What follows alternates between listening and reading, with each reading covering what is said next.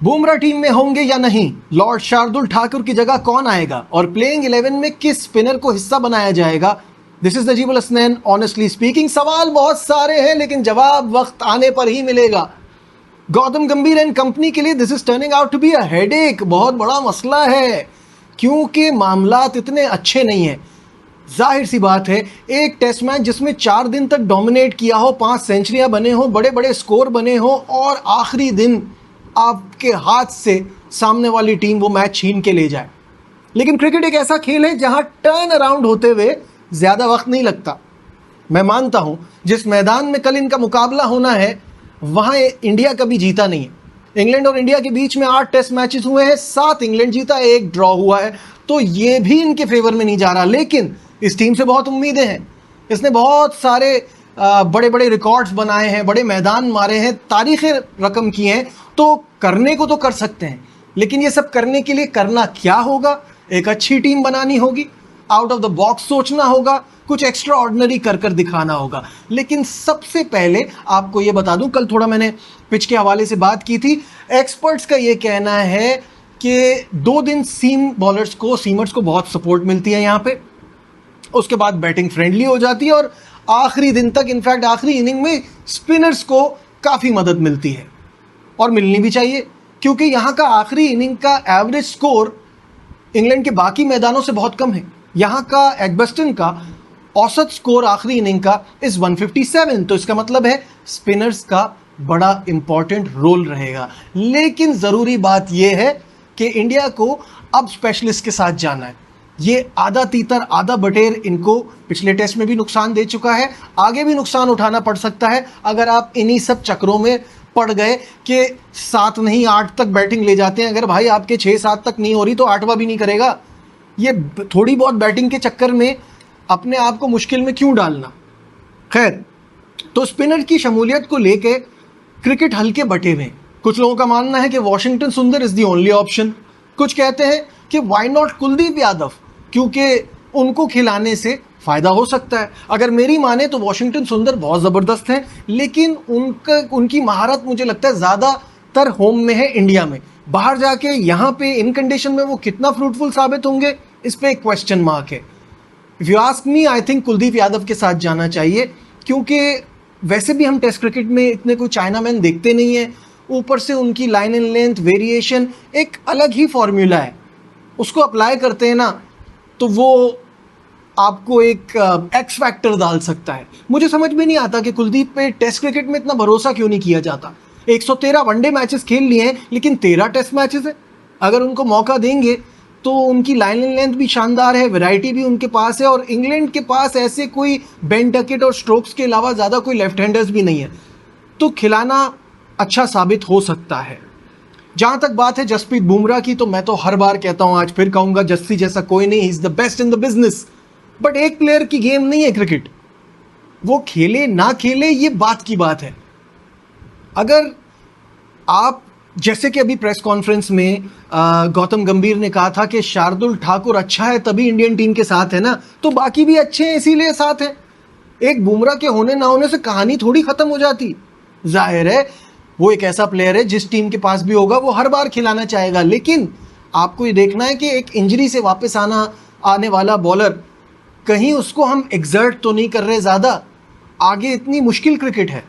Ryan ten डिशकार्टे जो कि assistant coach है गौतम गंभीर के, उन्होंने अभी कल कहा कि Bumrah is ready to play, fit to play, ready to play, लेकिन उनकी शमूलियत का फैसला आखिरी घड़ी पर होगा। तो मैं कहता हूँ खेलते हैं तो अच्छा है, नहीं खेलते तो भी कोई प्रॉब्लम नहीं है। आप अर्शदीप का डेब्यू क्यों नहीं करा रहे? कराइए, चांस लीजिए। मुझे ऐसा लगता है कि जाना चाहिए और तगड़े होकर खेलना है। ये नहीं सोचना कि पिछले मैच में क्या हुआ था, वो गलतियां क्या हम दोबारा दोहराएंगे, क्या होगा, कुछ नहीं होता। स्पेशली फील्डिंग, कैचेस पकड़ने हैं, वो चांसेस जो है ना वो ग्रैब करने हैं, ईजीली हाथ से जाने नहीं देने। जिस तरह से पिछले मैच में 5-6 कैचेस गिराए थे, तो इंग्लैंड को तो खुद मौका दिया था कि वो आपके हलक से जीत छीन कर ले जाए। यहाँ पे वो गलती नहीं कर सकते। फील्डिंग टॉप नॉच होनी है, और आपकी टेल ने रेजिस्टेंस शो करनी है। ऐसा ना हो कि वो पिछले मैच में शुरू में इतने अच्छे रन बने, बाद में आपकी टेल कुछ कर ही नहीं रही, तो उसका भी ध्यान रखना है।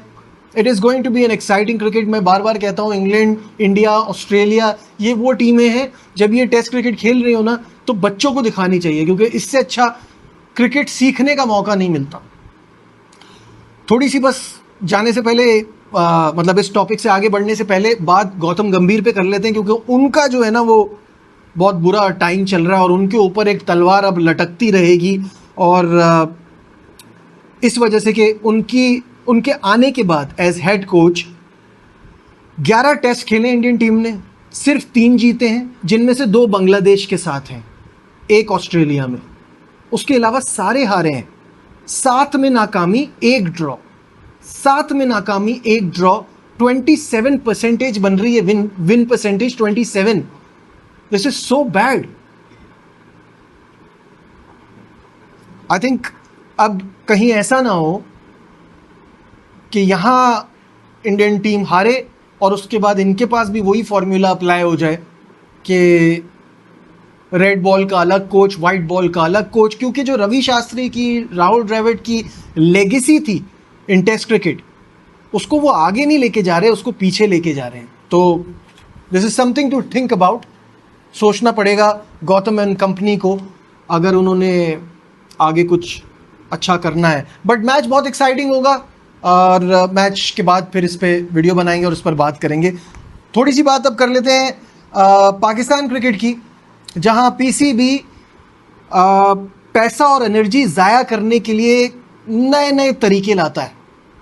क्योंकि ऐसा तब होता है जब आपके पास या तो पर्ची सिफारशी लोग हों या इनकॉम्पिटेंट लोग हों, तब इस तरह के फैसले होते हैं और जगहसाई तो होती है। अब आप पूछेंगे मैं ये सब क्यों कह रहा हूँ, तो मैं ये इसलिए कह रहा हूँ कि ऑस्ट्रेलिया के गांव में नेपाल और बांग्लादेश ए से हम T20 क्रिकेट खेलने जा रहे हैं। बताओ ज़रा, ये पाकिस्तान क्रिकेट का लेवल आ गया है कि हम नॉर्दर्न टेरिटरी ऑस्ट्रेलिया की टॉप एंड T20 सीरीज़ होती है, उसके लिए हम जा रहे हैं। वहाँ पे किन टीमों से खेलेंगे हम? वहाँ पे हम खेलेंगे ये मेलबर्न स्टार्स की और ये जो बिग बैश की इनकी सारी टीमें हैं, इनकी एकेडमी के बच्चे होते हैं उसमें, उन टीमों से खेलेंगे, नेपाल से खेलेंगे और बांग्लादेश ए से खेलेंगे। शर्म आनी चाहिए। इस वक्त जब हम ये बातें कर रहे हैं ना, Australia A team Sri Lanka A team से खेल रही है। श्रीलंका की ए टीम ऑस्ट्रेलिया में मौजूद है, वो उनके साथ खेल रहे हैं, और हम इतना पैसा और एनर्जी और टाइम वेस्ट करके वहाँ जाके ये बच्चों से खेलेंगे, जाके अपनी क्रिकेट का तमाशा बना रहे हैं और इसको मज़ीद पीछे धकेल रहे हैं। खैर, अल्लाह ताला इन सबको अकल दे।